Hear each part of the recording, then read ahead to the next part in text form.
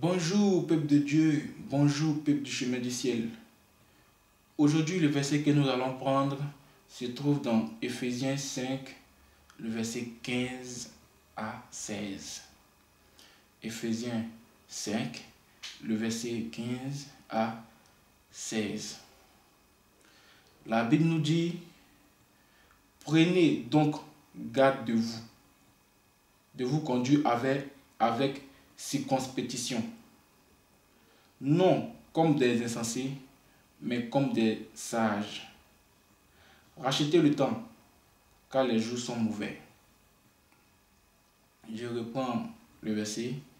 La Bible nous dit: prenez donc garde de vous conduire avec circonspection, non comme des insensés, mais comme des sages. Rachetez le temps, car les jours sont mauvais.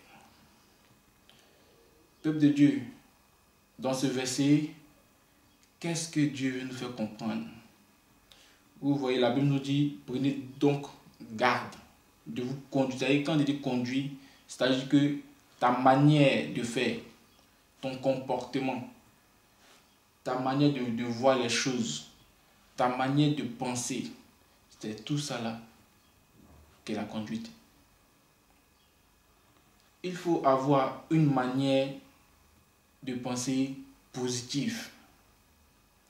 Il faut être une personne, c'est-à-dire tranquille, mais en même temps focus. Marche avec Dieu tout simplement et laisse Dieu agir dans ta vie simplement. Vous voyez, la Bible nous dit de vous conduire avec circonspection, non comme des insensés, mais comme des sages. Demandons à Dieu de mettre la sagesse en nous.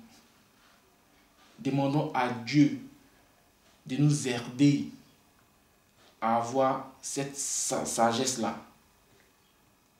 Demandons à Dieu de nous donner un peu de sa sagesse. Et un peu plus loin, on nous dit: rachetez le temps, car les jours sont mauvais. Rachetez le temps. Quand Dieu, c'est un Dieu d'amour. C'est pour ça que tu peux pécher et demander pardon à Dieu, et tu vois que Dieu t'accepte. Mais quand tu demandes pardon à Dieu, il ne faut plus refaire les mêmes péchés. Sinon, ça devient maintenant un amusement. Racheter le temps. Tu peux faire quelque chose qui n'est pas bon. Tu as demandé pardon à Dieu. Mais qu'est-ce que tu as fait pour racheter le temps où tu as fait la chose qui n'est pas bonne? C'est pour ça qu'il est bon de demander pardon à Dieu.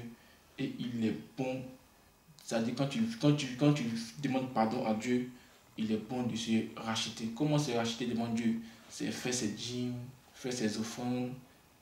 Vous voyez, investir dans la maison de Dieu, donner à Dieu. Voilà comment racheter le temps perdu. Celui qui donne à Dieu, Dieu lui donnera encore plus. Celui qui est avec Dieu, Dieu sera aussi avec lui. On nous dit ici: car les jours sont mauvais. Vous-même, vous voyez, on n'a pas besoin même de parler. Vous voyez un peu comment le monde va. Le monde va de mal en pire. Vous voyez comment ça se passe. Vous voyez les choses qui se passent. Ici, tu apprends ça. Ici, tu apprends ça. Là-bas, ça. Donc, ça veut dire que le monde entier même est mélangé. Le monde entier même est bouleversé. Et c'est Dieu seul qui peut nous aider. Là. C'est Dieu seul qui peut être avec nous.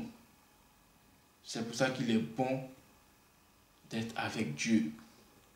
C'est pour ça qu'il est bon de demander la sagesse de Dieu.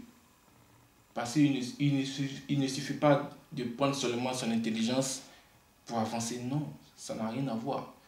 Il faut demander à Dieu d'avoir un peu de sa sagesse.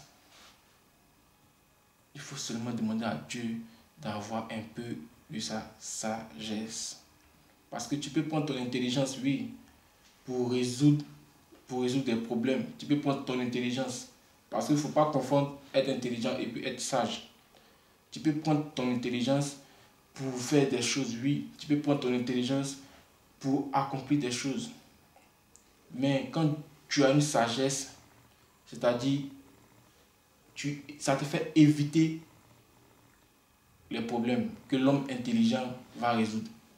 Vous voyez un peu la différence entre intelligent et lui qui est sage. C'est-à-dire celui qui est intelligent, s'il a des problèmes, ça peut arriver qu'il va les résoudre. Mais l'homme sage est celui qui évite même les problèmes que l'homme intelligent va résoudre. Vous voyez, c'est pour ça qu'il est bon de demander à Dieu sa sagesse. C'est pour ça qu'il est bon d'être avec Dieu. C'est pour ça qu'il est bon de marcher avec Dieu.